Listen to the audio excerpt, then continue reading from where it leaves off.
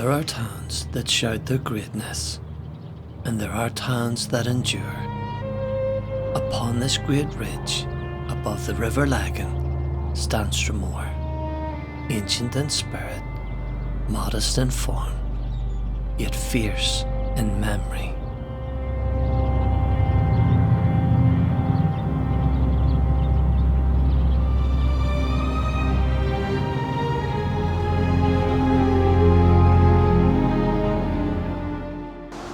Burned, rebuilt, faithful and steadfast. This is the story of a town shaped by prayer, fire and endurance.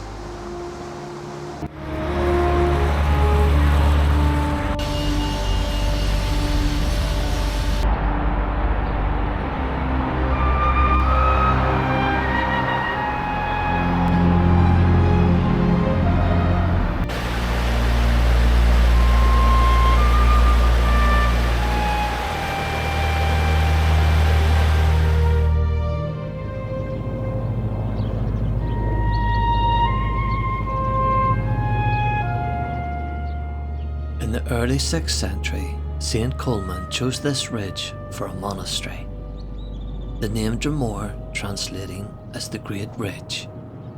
From here, Colman established not merely an abbey, but a centre of order in a turbulent land.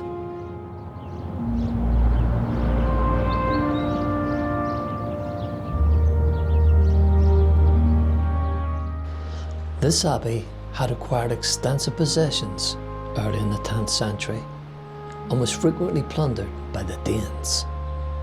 But it also suffered materially from the continued feuds of the powerful O'Neills, the McGuinnesses and the McCartans.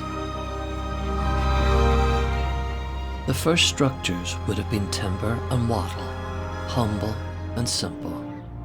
But from those beginnings grew a diocese that would influence this entire district for centuries.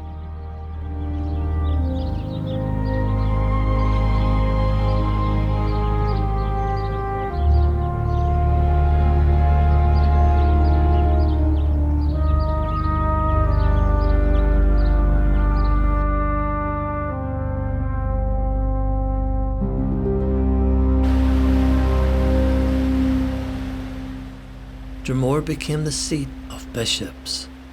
At the end of the Reformation, the cathedral was in ruins, and the town had greatly participated in the devastations of the preceding periods. In this situation it remained until 1610, when James I refounded the see by letters patent, rebuilt the cathedral, and gave to Bishop Buckworth extensive landed possessions in this and several adjoining parishes.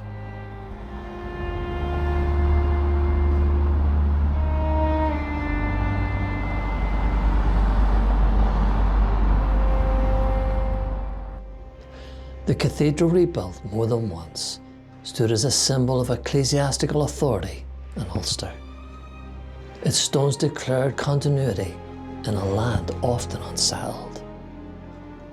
This building is more than stone and stained glass.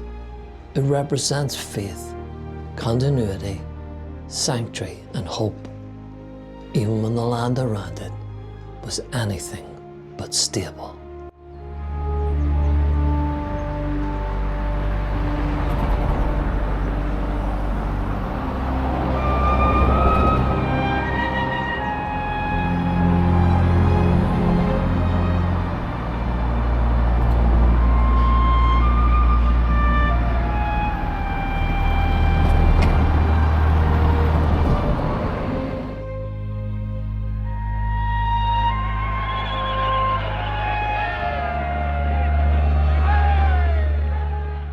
In 1641, rebellion swept through Ulster.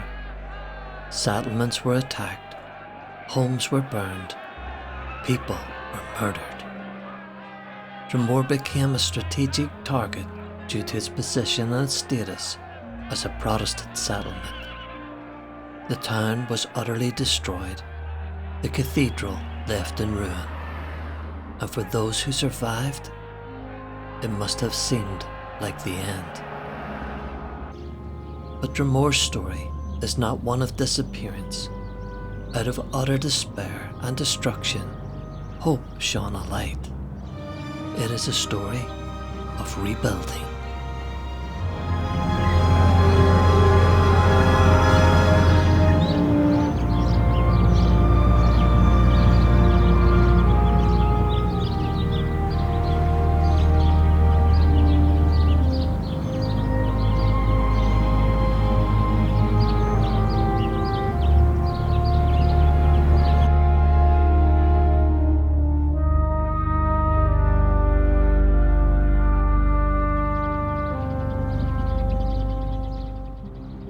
In the restoration of the monarchy in the 1660s under Charles II came a bishop, scholar, royalist, theologian, Bishop Jeremy Taylor. He arrived to find ruin. He rebuilt the cathedral. He restored episcopal authority and re-established structured worship at a time of deep religious division. The 8th or 9th century cross of Dromore, formerly in the marketplace, was restored and re-erected beside the Lagan Bridge in 1887. Taylor believed stability in church meant stability in society. Under his leadership, the diocese rose from the ashes to live again.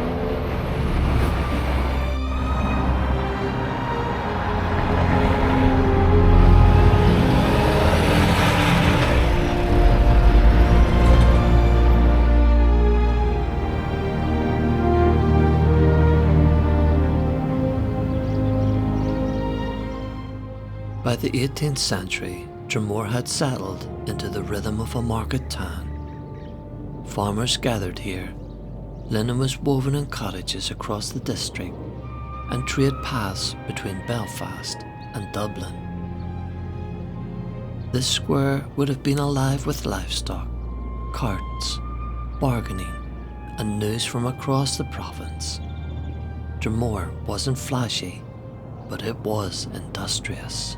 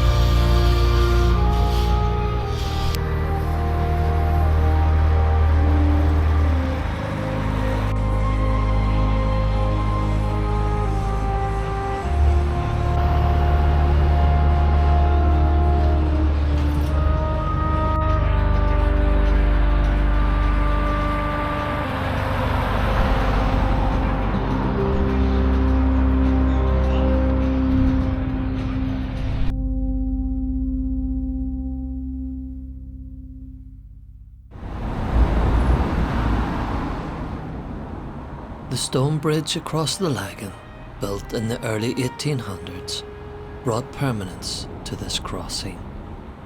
Empires might rise and fall. The river flowed on. The bridge endured. There are two bridges over the Lagan. One, called the Regent's Bridge, was built in 1811 and has a tablet inscribed to the late Bishop Percy, recording some of the leading traits of his character.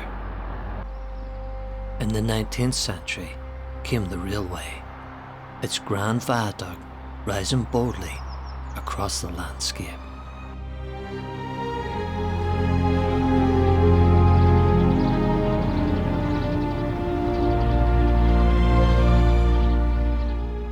Construction began in 1860 and opened to railway traffic in 1863 with the first train on the 13th of July that year.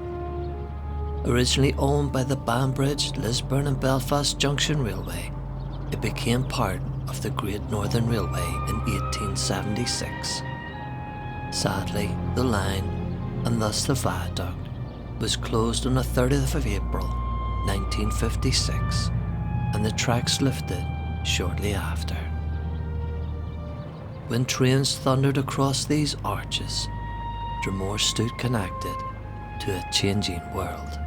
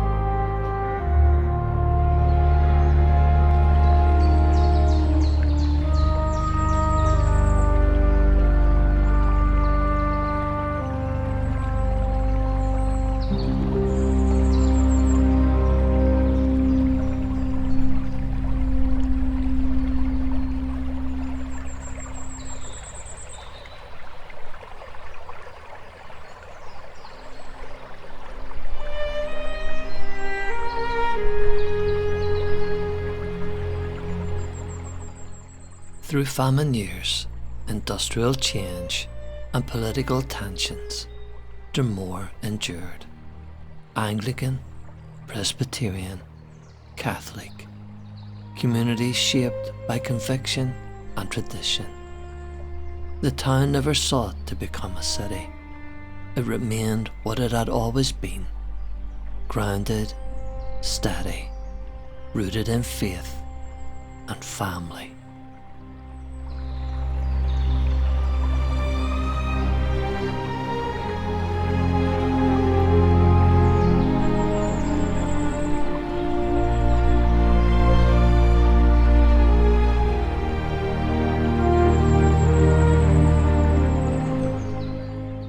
Founded by a saint, burned by rebellion, and rebuilt by conviction, connected by industry.